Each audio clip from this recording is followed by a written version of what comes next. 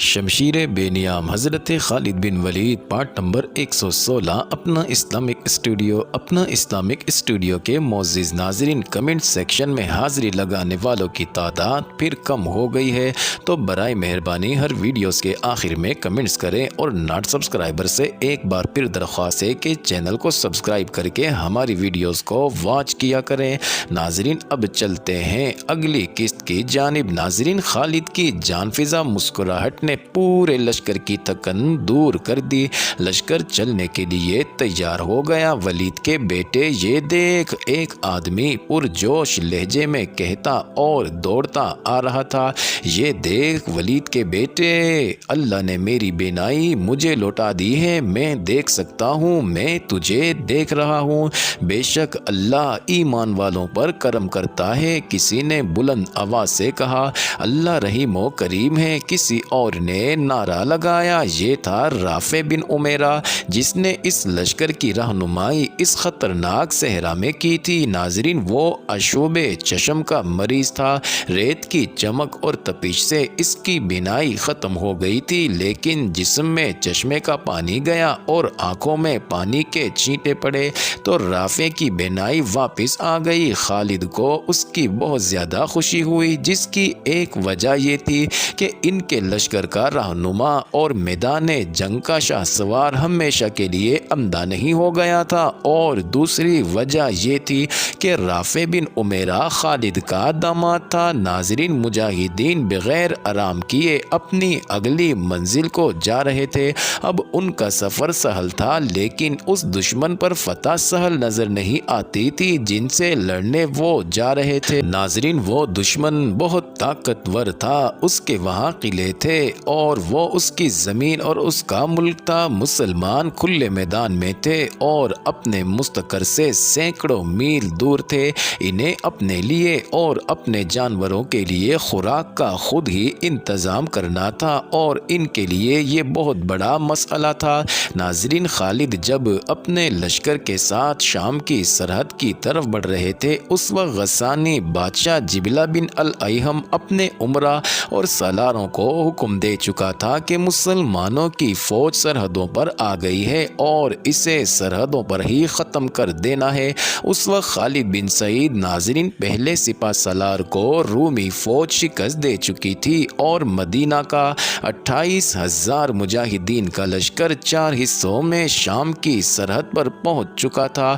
ہم نے رومیوں کو شکستیں دی ہیں۔ غسانی بادشاہ جبلہ نے اپنے امراء اور سالاروں سے کہا تھا، رومیوں سے بڑھ کر جابر اور جنگجو اور کون ہو سکتا ہے؟ ہم نے اس زبردست فوج کو گھٹنوں بٹھا کر اس سے یہ علاقہ لے لیا تھا جس پر آج ہماری حکمرانی ہے۔ تمہارے سامنے مسلمانوں کی کوئی حیثیت ہی نہیں۔ یہ مت سوچو کہ مسلمانوں نے فارسیوں کو شکست دے دی ہے اور انہیں اٹھنے کے قابل نہیں چھوڑا۔ فارسی بزدل تھے، اپنے آباء و اجداد کی شجاعت کو یاد کر اگر تم نے اپنے اوپر مسلمانوں کا خوف طاری کر لیا تو رومی ہی جو آج ہمارے بھائی بنے ہوئے ہیں تم پر چڑھ دوڑیں گے، پھر تم دو دشمنوں کے درمیان پس جاؤ گے۔ مسلمانوں کی تعداد بہت تھوڑی ہے، وہ زیادہ دن تمہارے سامنے نہیں ٹھہر سکیں گے۔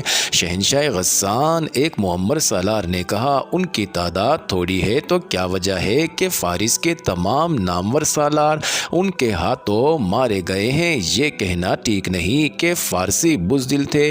کیا ہم اپنے آپ کو دھوکہ نہیں دے رہے؟ کیا مسلمانوں نے فراز کے میدان میں رومیوں اور فارسیوں کی متحدہ فوج کو شرمناک شکست نہیں دی؟ ضرور دی ہے۔ جبلہ بن الایہم نے کہا، میں تمہاری بات کر رہا ہوں۔ اگر تم نے مسلمانوں کو اپنی تلواروں کے نیچے رکھ لیا تو رومیوں اور فارسیوں پر تمہاری بہادری کی دہشت بیٹھ جائے گی، اور تم جانتے ہو کہ اس کا تمہیں کیا فائدہ پہنچے گا۔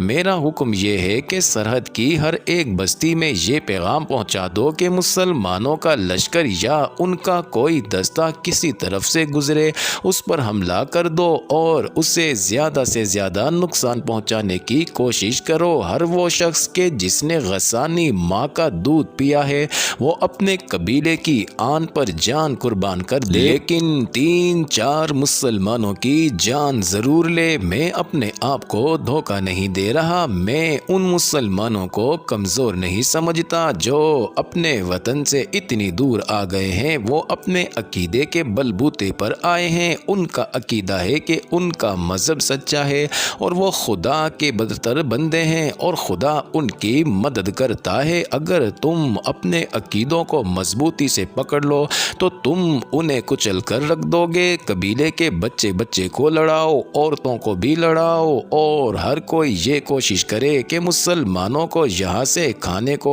ایک دانہ بھی نہ ملے، پینے کو پانی کی بوند نہ ملے اور ان کے اونٹ اور گھوڑے اس گھاس کی ایک پتی بھی نہ کھا سکیں جو تمہاری زمین نے اگائی ہے۔ ناظرین، خالد کی اگلی منزل سوا تھی جس کے متعلق انہیں بتایا گیا تھا کہ سرسبز و شاداب جگہ ہے۔ ان کے راستے میں پہلی بستی آئی تو اس سے کچھ دور کم و بیش 40 گھڑ سواروں نے مسلمانوں کے ہراول پر اس طرح حملہ کیا کہ گھوڑے اچانک ٹیلوں کے پیچھے سے نکلے۔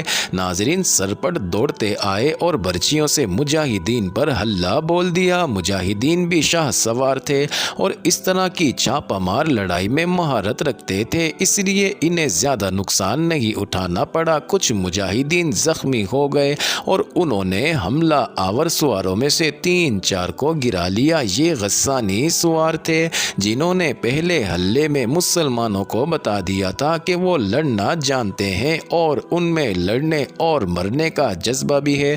وہ حلہ بول کر آگے نکل گئے اور بکھر گئے تھے، دور جا کر وہ پھر واپس آئے۔ ناظرین، اب مسلمان پوری طرح تیار تھے۔ غسانیوں نے حلہ بولا، وہ برچیوں اور تلواروں سے مسلح تھے۔ مسلمانوں نے انہیں گھیرے میں لینے کی کوشش کی لیکن وہ بے جگری سے لڑتے ہوئے نکل گئے۔ ناظرین، ان کا انداز جم کر لڑنے والا تھا ہی نہیں۔ تقریباً اتنے ہی غسانی سواروں نے مجاہدین کے لشکر کے عقبی حصے پر حملہ کیا، یہ بھی چھاپا مار قسم کا حملہ تھا۔ ناظرین، گھوڑے سرپٹ دوڑتے آئے اور آگے نکل گئے۔ خالد لشکر کے وسط میں تھے، انہیں اطلاع ملی تو انہوں نے لشکر کی ترتیب بدل دی لیکن وہ لشکر کو زیادہ نہ پلا سکے کیونکہ وہ علاقہ ہموار نہیں تھا۔ کچھ دیر بعد خالد کے سامنے چند ایک غسانی قیدی لائے گئے۔ ناظرین، انہیں مجاہدین نے گھوڑوں سے گرا لیا تھا۔ ان سے جب جنگی نوعیت کی معلومات حاصل کی جانے لگی تو ان سب نے بڑی جرت سے باتیں کی۔ تم جدھر جاؤ گے تم پر حملے ہوں گے، ایک قیدی نے کہا۔ جب آدمی نہیں ہوں گے وہاں تم پر عورتیں حملہ کریں گی۔ ایک اور قیدی نے کہا، تمہیں کس نے بتایا ہے کہ ہم تمہارے دشمن ہیں؟ خالد نے پوچھا، دشمن نہیں ہو تو یہاں کیوں آئے ہو؟ ایک قیدی نے جواب دیا۔ ناظرین، ان قیدیوں نے اور کچھ نہ بتایا کہ ان کی فوج کتنی ہے اور کہاں کہاں ہے۔ ان سے یہ پتہ چل گیا کہ تمام سرحدی بستیوں میں ان کے بادشاہ کا یہ حکم پہنچا تھا کہ مسلمانوں پر حملے کرتے رہیں کہ جب مسلمان غسانیوں کی فوج کے مقابلے میں آئے تو وہ تھکے ہوئے ہوں اور کمزور ہو چکے ہوں۔ یہاں سے تمہیں اناج کا ایک دانہ نہیں ملے گا۔ ایک قیدی نے کہا، پینے کو پانی کا ایک قطرہ نہیں ملے گا، تمہارے اونٹوں اور گھوڑوں کو ہم بھوکا مار دیں گے۔ ایک اور قیدی نے کہا، ہماری زمین سے یہ گھاس کی ایک پتی نہیں کھا سکیں گے، کیا تمہاری موت تمہیں یہاں لے آئی ہے؟ ایک اور قیدی بولا، لڑنے آئے تھے تو خالد بن ولید کو ساتھ لاتے۔ ایک اور قیدی نے کہا، وہ آ جاتا تو تم کیا کرتے؟ خالد نے پوچھا، سنا ہے اس کے سامنے اس کا کوئی دشمن پاؤں پر کھڑا نہیں رہ سکتا۔ قیدی نے جواب دیا، اور سنا ہے وہ بڑا ظالم آدمی ہے، قیدیوں کو اپنے ہاتھوں قتل کر دیتا ہے۔ اگر وہ اتنا ظالم ہوتا تو تم اس وقت اپنے پاؤں پر کھڑے نہ ہوتے۔ خالد نے کہا، تمہارے سر تمہارے کندھوں پر نہ ہوتے، کہاں ہے وہ؟ قیدی نے پوچھا، تمہارے سامنے کھڑا ہے۔ خالد بن ولید نے مسکراتے ہوئے کہا، میں تمہاری بہادری کی تعریف کرتا ہوں، ایسا حملہ بہادری کیا کرتے ہیں جیسا تم نے کیا ہے۔ تمام قیدیوں پر خاموشی طاری ہو گئی تھی اور وہ حیرت زدہ تاثر چہرے پر لیے خالد کو دیکھ رہے تھے۔ کیا تم مجھ سے ڈر رہے ہو کہ میں تمہیں قتل کر دوں گا؟ خالد نے پوچھا۔ ان میں سے کوئی بھی نہ بولا۔ نہیں، خالد نے خود ہی اپنے سوال کا جواب دیا۔ تمہیں قتل نہیں کیا جائے گا، تمہارے بہت سے بھائی ابھی ہماری قید میں آئیں گے۔ کسی کو قتل نہیں کیا جائے گا، قتل وہی ہوگا جو ہمارے مقابلے میں آئے گا۔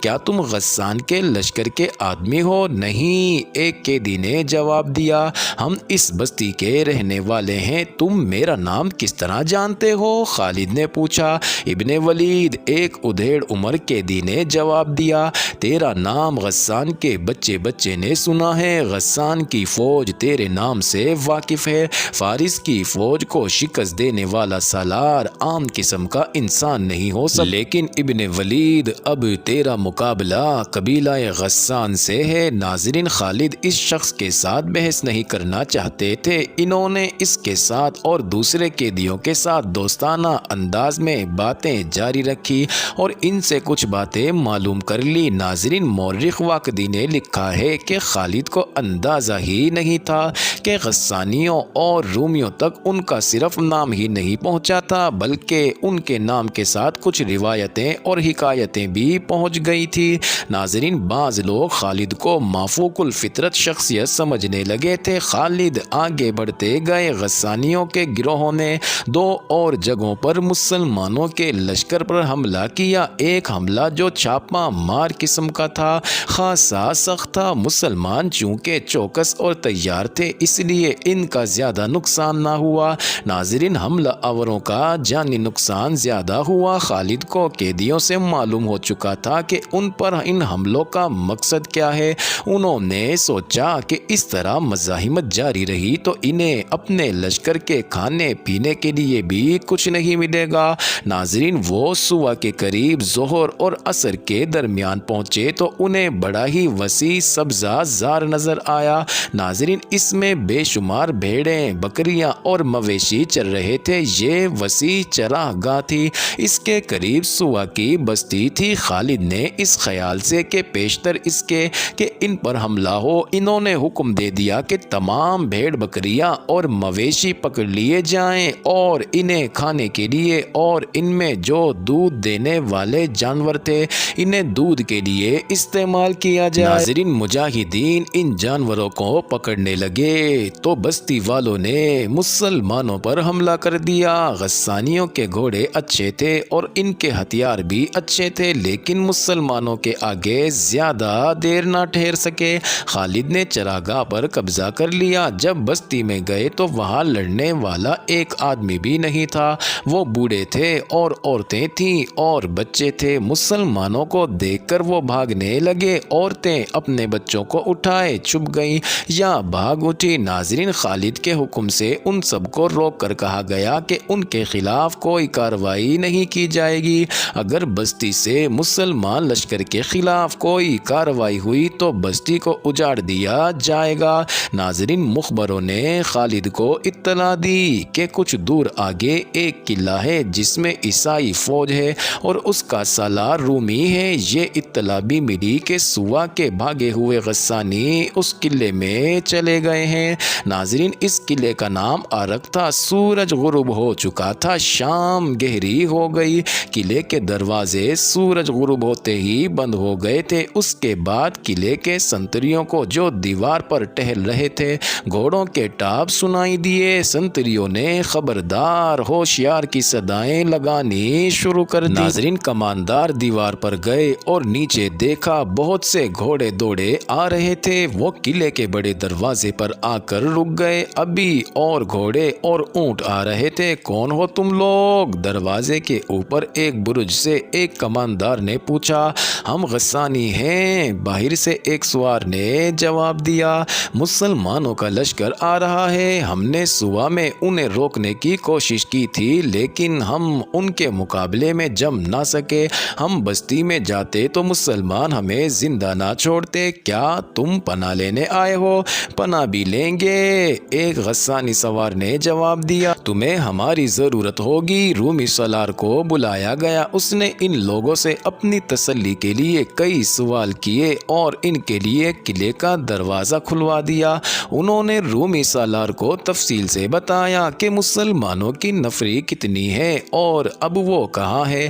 اگلی صبح طلوع ہوئی تو خالد کا لشکر قلعے تک پہنچ گیا تھا اور قلعے کو محاصرے میں لے رہا تھا۔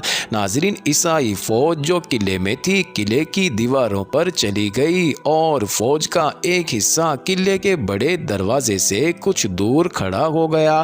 ناظرین، اس حصے کو ایسی صورتحال کے لیے تیار رکھا گیا کہ دروازہ ٹوٹ جائے تو یہ دستہ حملہ آوروں کو اندر نہ آنے دے اور حکم ملنے پر باہر جا کر مسلمانوں پر حملہ کرے۔ ناظرین، قلعے کے باہر للکار اور نعرے گرج رہے تھے، قلعہ ہمارے حوالے کر دو۔ خالد کے حکم سے رافع بن عمیرہ نے بلند آواز سے کہا، ورنہ ہر غسانی قتل ہونے کے لیے تیار ہو جائے، ہتھیار ڈال دو اور کسی کو باہر بھیجو جو ہمارے ساتھ صلح کی شرطیں طے کریں۔ اے مسلمانوں، اوپر سے ایک کماندار نے للکار کر کہا، یہ قلعہ تمہیں اتنی آسانی سے نہیں ملے گا۔ ناظرین، واقعی لکھتا ہے کہ قلعے میں ایک ضعیف العمر عالم تھا، اس نے رومی سالار کو بلایا۔ اس عالم کی قدر و منزلت اور غسانی اس کا حکم مانتے اور اس کی ہر بات کو برحق تسلیم کرتے تھے۔ کیا اس فوج کا پرچم کالے رنگ کا ہے؟ عالم نے پوچھا۔ ہاں مقدس باپ، رومی سالار نے جواب دیا،